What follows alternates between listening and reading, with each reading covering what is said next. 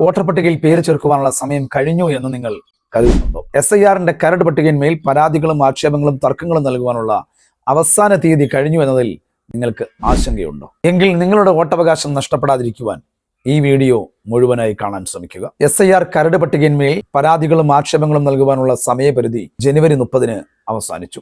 എന്നാൽ യുക്തിപരമായ പിഴവുകളെല്ലാം പരിഹരിച്ചുകൊണ്ട് ഫെബ്രുവരി 15 ഹിയറിംഗ് നടപടികൾ പൂർത്തീകരിക്കും.